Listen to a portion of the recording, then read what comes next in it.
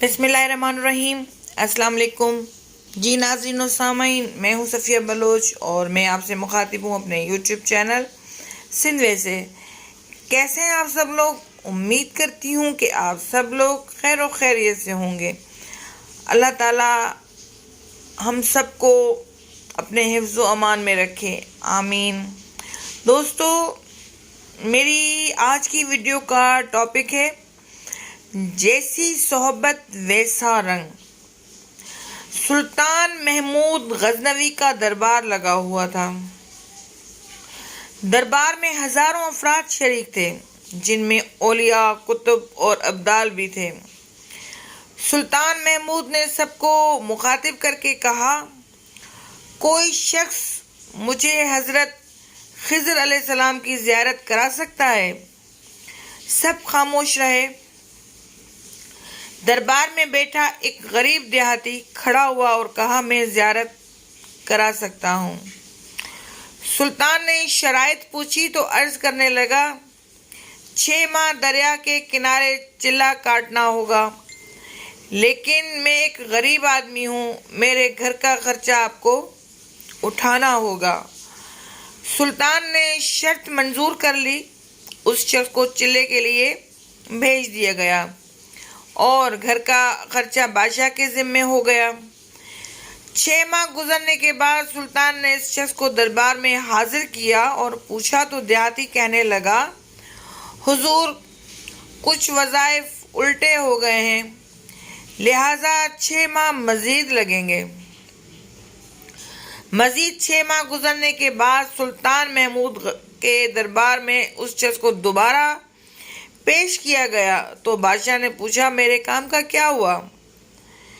یہ بات سن کے دیہاتی کہنے لگا، بادشاہ سلامت، کہاں میں گنہگار اور کہاں حضرت خضر علیہ السلام، میں نے آپ سے جھوٹ بولا، میرے گھر کا خرچہ پورا نہیں ہو رہا تھا، بچے بھوک سے مر رہے تھے، اس لیے ایسا کرنے پر مجبور ہوا۔ سلطان محمود غزنوی نے اپنے ایک وزیر کو کھڑا کیا اور پوچھا، اس شخص کی سزا کیا ہے؟ وزیر نے کہا، اس شخص نے بادشاہ کے ساتھ جھوٹ بولا ہے، لہٰذا اس کا گلا کاٹ دیا جائے۔ دربار میں ایک نورانی چہرے والا بزرگ بھی تشریف فرما تھے، کہنے لگے، بادشاہ سلامت، اس وزیر نے بالکل ٹھیک کہا۔ بادشاہ نے دوسرے وزیر سے پوچھا، آپ بتاؤ؟ تو اس نے کہا، اس شخص نے بادشاہ کے ساتھ فراڈ کیا ہے، اس کا گلا نہ کاٹا جائے بلکہ اس سے کتوں کے آگے ڈالا جائے تاکہ یہ ذلیل ہو کے مرے، اسے مرنے میں کچھ وقت تو لگے۔ دربار میں بیٹھے اس نورانی چہرے والے بزرگ نے کہا، بادشاہ سلامت، یہ وزیر بالکل ٹھیک کہہ رہا ہے۔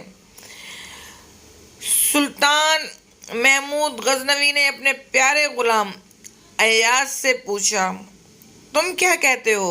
ایاز نے کہا، بادشاہ سلامت، آپ کی بادشاہی سے 1 سال ایک غریب کے بچے پلتے رہے، آپ کے خزانے میں کوئی کمی نہیں آئی اور نہ ہی اس کے جھوٹ سے آپ کی شان میں کوئی فرق پڑا۔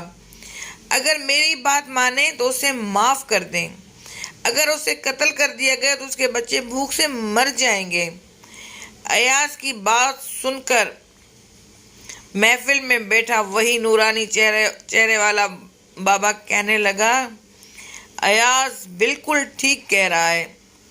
سلطان محمود غزنوی نے اس بابا جی کو بلایا اور پوچھا، آپ نے ہر وزیر کے فیصلے کو درست کہا، اس کی وجہ مجھے سمجھائی جائے۔ بابا جی کہنے لگا، بادشاہ سلامت، پہلے نمبر پر جس وزیر نے کہا اس کا گلا کاٹا جائے وہ قوم کا قصائی ہے اور قصائی کا کام ہے گلے کاٹنا۔ اس نے اپنا خاندانی رنگ دکھایا، غلطی اس کی نہیں، آپ کی ہے کہ آپ نے ایک قصائی کو وزیر بنا لیا۔ دوسرا جس نے کہا اسے کتوں کے آگے ڈالا جائے، اس وزیر کا والد بادشاہوں کے کتے نہلایا کرتا تھا، کتوں سے شکار کھیلتا تھا، اس کا کام ہی کتوں کا شکار ہے، تو اس نے اپنے خاندان کا تعارف کرایا۔ آپ کی غلطی ہے کہ آپ ایسے شخص کو وزارت دی، جہاں ایسے لوگ وزیر ہوں وہاں لوگوں نے بھوک سے ہی مرنا ہے۔ اور تیسرا ایاز نے جو فیصلہ کیا تو سلطان محمود سنو ایاز سید زادہ ہے۔ سید کی شان یہ ہے کہ سید اپنا سارا خاندان کربلا میں ذبح کرا دیتا ہے مگر بدلہ لینے کا کبھی نہیں سوچتا۔ سلطان محمود اپنی کرسی سے کھڑا ہو جاتا ہے اور ایاز کو مخاطب کہہ کر کہتا ہے، ایاز تم نے آج تک مجھے کیوں نہیں بتایا کہ تم سید ہو؟ ایاز کہتا ہے، آج تک کسی کو اس بات کا علم نہ تھا کہ ایاز سید ہے، لیکن آج بابا جی نے میرا راز کھولا۔ آج میں بھی ایک راز کھول دیتا ہوں۔ اے بادشاہ سلامت، یہ بابا کوئی عام ہستی نہیں، یہی حضرت خضر علیہ السلام ہے۔